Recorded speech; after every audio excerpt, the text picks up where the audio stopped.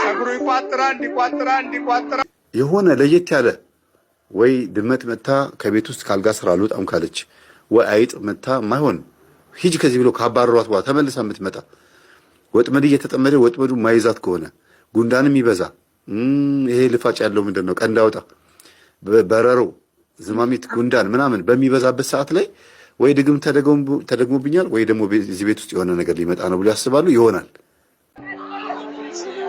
ጸጉሩ ይቋጥራል ይሄንን እንደ ዕውቀት ይዞ የሚራመድ ቤተሰብ ስነ ምግባር የማያስተምር ቤተሰብ ችግር እንዳለው የማያስተምሩ እናትና አባት ወይም የማይሰሙ ልጆች የዘመናችን ዕጣ እዚህ አድርሶናል። አንተን የምታንጨባረረው ይሄን ያደርግ ስማ ትለቀዋለህ ትለቃል ይሄ አንተ ዘቁና እንዲያደርገው እዚህ ነበር ምን አደረገው አንጨባረርከው አሁን ለቀት ሄዳለህ ተመልከት ያው እንደዚህ ጉዱሩ ይሆናል። አሁን ይሄ አባት አለው እናት አለው ግን እናትና አባቱም ስነ ምግባሩን አያውቁም። ያስተዳደጉ ምዕራፍ የለም። ኩተኮተም ተርብ ዛሬው ቃቢ አፍረማሊ ሰይጣን ነዛር ምን አልከኝ? ሰይጣን ነዛር ሰይጣን እንግዲህ የሰይጣን ምልክት ነው። ይሄ በብዛት ያለን የሰይጣን ምልክት ነው። ምልክቶቻችን በሙሉ ወደ ክፉ መንፈስ ሄደዋል። እግዚአብሔር ምሕረቱን ያብዛልን። ሽቦጥ ነው ለከሰው ነው ከግሩ ጀምሮ ወጣ አንተ ምንድን ነው? ሴት አይነ ጥላ ነኝ። ሴት አይነ ጥላ ምንም ሴት አይነ ጥላ በጣም ነው ከያሹ 28 ዓመት ስንቱ ተሄዱ። እኔ እኮ እየተደበኩ ነው የቀረው። ስንቱ ሄደ መሰሎት። ሴት አይነ ጥላ ምን ራሄል ሆነ ሻንቂት ነኝ። ሻንቂት ስንት ዓመትሽ ነው? 28 ዓመት። እድሜው ስንት ነው? 36 እና በስንት ዓመቱ ነው ያልሽው? አመታው ላይ ተጠፍሮ ነው ይዛም ታሰራይ። ተዘጋጅ ዋጭ ነው ከሰውነት በቅርብ ደግሞ የታደስኩ እንድላለሁ። እሺ ተዘጋጅ፣ ሁሉም ተዘጋጅ። ዋጭ ነው ሴት አይነ ጥላ ዋጭ ነው እያለው ምን አይሰራም። ተዘጋጅ አንተ። ሴት አይነ ጥላ የዚህ የዘመናችን ወንዶች ፍጅት ነው።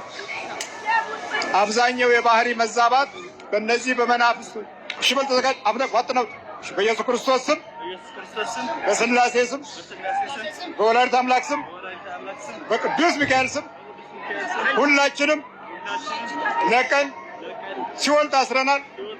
ቶሎ ሰባት ቁና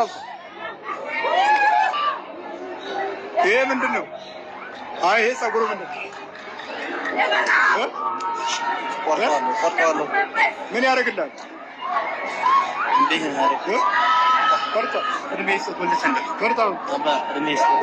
አይቤን ቶሎ ቁረጥ። ብዙ ዓመት ፈልጋቸው ነበር። ይህንን ጸጉር መቁረጥ ነበረብህ። የወሲብ ቪዲዮ የምትመለከቱ ሰዎች 31 አደገኛ ችግሮች በህይወታችሁ ይገጥማችኋል። እነሱንም አንድ ባንድ በዝርዝር እንመለከታቸዋለን። አንደኛው የዝሙት ቪዲዮ መመልከት ጉዳት ተባባሪ ኃጢአተኛና አመንዝራ ያደርጋል። ጌታችን በማቴዎስ ወንጌል በምዕራፍ 5 ቁጥር 28 ላይ ወደ ሴት ያየ ሁሉ የተመኛትም ያን ጊዜ በልቡ ከእርሷ ጋር አመንዝሯል ብሏል። ይህ ማለት ወደ ሴት አይቶ በልቡ ተመኝቶ የፍትወት ፍላጎት ማሳየት ማመንዘር ከሆነ በአካል ሰዎች የሚሰሩትን የዝሙት ቪዲዮ ማየት መመልከት ማመንዘር ነው። ምክንያቱም የተግባራቸው የሐሳባቸው ተባባሪ ናቸውና። ወዳጆቼ ሴትን ወይም ወንድን አይቶ በስጋ ፍላጎት ተመኝቶ ማየት ብቻ ማመንዘር ከሆነ ሴቶችና ወንዶች የሚሰሩትን የዝሙት ቪዲዮ በተግባር ማየት አመንዝራነት፣ ዘማዊነት ነው። ለምሳሌ አንድ ወንድ 10 የዝሙት ቪዲዮ ቢመለከት 10 ጊዜ ዝሙት እንደሰራ ነው የሚቆጠረው። እንዲሁም ከ10 ሴት ጋራ ዝሙት እንደፈጸመ ነው የሚቆጠረው። አንዲት ሴት 10 የዝሙት ቪዲዮ ብታይ ከ10 ወንድ ጋር ዝሙት እንዳደረገች ነው የሚቆጠረው። በየቀኑ ብዙ የዝሙት ቪዲዮ የሚመለከቱ ሰዎች በየቀኑ ከብዙ ሰዎች ጋራ ዝሙት እየፈጸሙ ነው። በአመትና በአመታት ውስጥ ብዙ የዝሙት ቪዲዮ የሚመለከቱ ሰዎች መቁጠር ከማይችሉት ሰዎች ጋራ በልቦናቸው፣ በህሊናቸው፣ በምናባቸው፣ በአካለ መንፈሳቸው ዝሙት ይፈጽማሉ። በነገራችን ላይ የዝሙት ኃጢአት መሰረት በአይን በማየት ነው። ሰው በአይኑ ያየውን በልቡ ይመኛል፣ በልቡ የተመኘውን በህሊናው ያስባል፣ በህሊናው ያሰበውን በሰውነቱ ይፈጽማል። የዚህ ሁሉ መሰረትና ምክንያት በአይን ማየት ነው። ለዚህ ነው ሰው ለኃጢአት የሚጋብዙ ነገሮችን አለማየቱ ከሚሰራው ኃጢአት 50 ከመቶ የሚጠበቀው። አንድ ሰው የዝሙት ቪዲዮ ማየት ተው ማለት በማየት ከሚመጣ ምኞትና ከተግባር የዝሙት ኃጢአት ራሱን ጠበቀ፣ አራቀ ማለት ነው። ጌታችንም ወደ ሴት ያየ ሁሉ የተመኛትም ያን ጊዜ በልቡ ከእርሷ ጋር አመንዝሯል ያለን ከማየት ኃጢአት እንድንርቅና ከተግባር ኃጢአት እንድንጠበቅ እንዲሁም አይቶ መመኘት ማመንዘር እንደሆነ እንድናውቅ ነው። እንደ ሀገር ነው ያስተማሩት። አዎ ሄዳ 3 ዓመት ተምራ መጣለች። ተመረቀች። አዎ ግን በትምህርት ቤት ነው እንደዚህ ሆነችው። በትምህርት ቤት ነው እንደዚህ ጎበዝ ነበረች። በኋላ እንትን አለ ቤት ተጋለጠ። ጸሎት ቤት አለኝ እዛ ላይ ተጋለጠው ቤት ጸሎት ቤት። አዎ እና የሚስጥር ነው ያለ በቃ ጸበል ምን ወስደም ያጓራል። ቤትም ይላል ጸሎት ቤት ትሰግዳለች፣ ትሞተዋለች። ምንም የሚስጥር ነኝ ወይ አን ወንዱ ይላል። በቃ ምንድነው ነው የምልህ ሚስጥር መተት ነኝ። ዛር ቡዳ አለ ምናምን በቃ ዛር ከቤተሰብ ነው ከእናት ከአባቴ በቤተሰብ ውስጥ ነበር። ይሄ ጠቋር ይሁን አላውቅም እንጂ አለ ቤተሰብ አለ እኮ ቤተሰብ ዛር አለ። እናቴ ጋር እናት ጋር ዛር ነበር። ያው ከእናቴ ነው ፀጉረ ስዝላጭ ገባው ነው የሚሉት። እኔ አላውቃትም። እናቴ በሱ ነው የገደላት። ብዙ ሰው ገድሎብናል። እህቶቼም ወንድሜም ዛር ነው የገደላቸው። ዛር ገድሏቸዋል። እኔ እንትን ምለው እንጂ ምንም ቤት ያለው ነው እኮ ከዘር መንዘር መጥቶ እኮ ነው እዚህ። እንደገና ደግሞ ትምህርት ቤት እያለች በጣም ጎበዝ ናት። እዛ ደግሞ እንትና ሌላ ደግሞ ገብቷል። አሜሪካ መማር፣ ህንድ መማር፣ በውጭ ዓለም ሄዶ መማር፣ ውጭ ዓለም ሄዶ መስራት የለም። አይሆንም። በጠላት ተይዘሃል። እንዴት ይሆናል? አይሆን። በዛው ላይ ደግሞ ሌላ ጠላት ትጨምርበታለህ። ሱስ ትጨምርበታለህ። ስማ አልተማረችም። ቶይስ ከኔ ጋር ነው ትግሉ። 3 ዓመት አልተማረች። ምን አልከኝ? ከኔ ጋር ነው ስታገል የነበረው 3 ዓመት። ነቃችበት 3 ዓመት። ድሮኔ ነቃችሁ እባክህ። እሷን ያስተማረቻት ምንም አእምሯን ይዤ ወደ ወንዱ ስንት ቀን እኮ ነው ያለኝ። የት ሀገር ነው ትውልዶት? የት ነው? ትግራይ ነው። በዚህ ወደ ሰሜኑ ያለው የዛር አይነት ብስስ ያለ ነው። ወደ ሰሜኑ ያለው የመተት አይነት ያለ ነው። ከዛ ሰውም እንደዚህ አብሮ ነው የሚለው አብሮ። እሺ ታናገርና እኔ አለው ስለው ይቀይራል። ምንድን ነው የምትለው አንተ? እናት አላት እኮ ትንግል አላት ይለኛል። ልጅ አባትን ሲሳደብ አልወዳቸውም እንጂ አልወዳትም። ቆሻሻ ተነስ ሳማ አባቷ ይርበናት አትጫወት። አባቷን ሳማ እግዚአብሔር በጥፊ ብሎ ደስተኛ ነኝ። እናቱ ተወኝ በእናትህ። አባቷን እኮ ሳም ነው የምልህ። በልና አትጫወት። ዞር ድራማ ትስራ።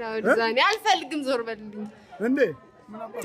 ብችል ባጠፋው ባንቀው በጥፊ ብሎ ደስተኛ ነኝ። እኔ ሞክሬ ነበር ደግሞ ልትደባደብ። አዎ አባቷን ልደባደብ ነገር ፈልጌ በጥፊ ብሎ እናቱ አልወደውም። ውሻ አልወደውም። ሌሊት እንግዲህ ልጅ አባትን የሚያህል ነገር እንደዚህ ማዞ አፍን፣ አንደበትን፣ አካልን ገዝቶ ገዢ ማለት የዚህ ዓለም ገዢ ማለት እኮ ነው። ሳላጠፋ ወይዛን መጥናቸው ነው የሚያናድደኝ እኔ እኮ ተመርክክ ወይ ተለቃለህ አትለቅም? እሺ እለቃለሁ። ሽቦትን ነው ተከሰው ነው ወይኔ ወንዱ ፈተና ተዘጋጅ አልኩህ። እሺ በኢየሱስ ክርስቶስ ስም በኢየሱስ ክርስቶስ ስም ወይኔ ዛርና መተት ሁላችንም ሉሲፈር በምንድን ነው የገባው? አንተ እዛ ያለች ጸሎት አቋርጫት ነበር የሆነ ሰው። እሺ ትግል ነው እኮ እዛ ትግል እኮ ሉሲፈር በምን ገባህ ነው ያልኩህ? በሚታይ በአይን በምን በሞባይል በሚታይ ነገር እኮ በፊልም ነው በሞባይል ነው? አዎ በፊልም በሚታይ በስልክ የሚታይ አለ። በስልክ በሚታይ በዛ ነው የገባው። በዛ አቋርጬ ጸሎቷን ለ1 ዓመት አቋርጫት ሉሲፈር ማለት ዝሙት ሁሉን ሰብስቤ የጨለማው ኮከብ ማለት ነው። የጨለማው ኮከብ ማለት ይሄ ማታ የሚወጣው ኮከብ ነው። የንጋት ኮከብ ኢየሱስ ክርስቶስ ነው። የጨለማው ኮከብ ማለት ማታ ለትልቁ ውድቅት የሚጠልቀው ትልቁ ውድቅት ላይ የሚጠልቃል። ጨለማውን የሚፈራ ነው። በጨለማው ጊዜ ብቅ ይልና ሌሊት ላይ ይጠፋል። እሱ ነው ሉሲፈር ማለት፣ በሱ ነው የተሰየመው። የንጋት ኮከብ ዘንዶ ሁሉም ስብስብ ጨለማውን የሚያነጋ ለፀሐይ ብርሃን አሳልፎ የሚሰጥ ነው። ይሄኛው ሉሲፈር የማታው የጨለማው የውድቅቱ ኮከብ ማለት ነው። በልተዘጋጅ ወጥረው ጣጣ ፈተመድ አፍላው ችግር የለም። ምን ቢፎክር ነው? በኢየሱስ ክርስቶስ ስም በስላሴ ስም አንድ ጋር በወላዲተ አምላክ ስም በወላዲተ አምላክ ስም በወላዲተ አምላክ ስም በደንብ ጥራ። በወላዲተ አምላክ ስም በወላዲተ አምላክ ስም ስላሴ ስም በስላሴ ስም ወልታ አስረናል ቶሎ ተመጥ ነው። አቤት አቤት አቤት!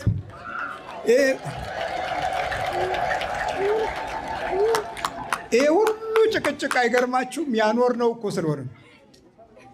ተነሽ እንዴት ነሽ? ማን ነው ስምሽ? ሄላ ሄላ ሄላ። እሳቸው ምንድን ነው? አባባ አባባ ትወጃቸዋለሽ? አዎ። ሳሚያቸዋ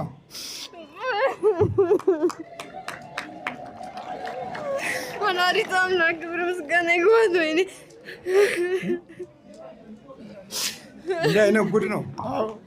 በጣም አስቸጋሪ ነው። አሁን ጸሎት ቤት ስንጀምር ለጸሎት ኑ ነው የምትለው። ጎበዝ ናት። መጸለይ መስገድ ስንጀምር ሚስጥሩ አይደበቅም። እግዚአብሔር ምሕረቱን ያብዛል። እንዲህ አይነት ጉድ ነው። በጣም በጣም በጣም ቤት ያለ አባቶቻችን ይህን ማየት አይፈልጉም፣ ወይም ደግሞ እንዲህ አይነትም መስማት አይፈልጉም። በፍጹም መስማት አይፈልጉም። እንደዛ የሆነው ለምንድን ነው? አሃ በችግር ውስጥ ነው የተወለድነው። በጣዖት ውስጥ ነው የተወለድነው። የጣዖት ትውልድ ነው ወደ ቤተ እግዚአብሔር የገባው። ደግሞ የጣዖት ትውልድ መሆናችንን አለማመኑ ሌላው አደጋ ነው። ችግር እየሰፋ እንጂ ምሕረት እየበዛ አይደለም የመጣው። ስለዚህ የችግር መንፈስ ነው ህይወታችን ውስጥ። በርች በያዙሽ በርች የሚቀጥለው ይበርቱ። እንግዲህ ከኋላ ኮተት አለ አለ ነግራቸዋለሁ እኮ እንደዚህ ያለ ነው። ስገዱ ንጸልዩ ብላችሁ ጸሎት ቤት አለ። እንግዲህ ቅዱስ ቁርባን ይወስዳሉ። አዎ አሁን አይደለም ብዙ ጊዜ ነው። በርች አንቺ ቤተሰብ የሚበታትነው ከእሱ ጋር ማንም አይቀርብም።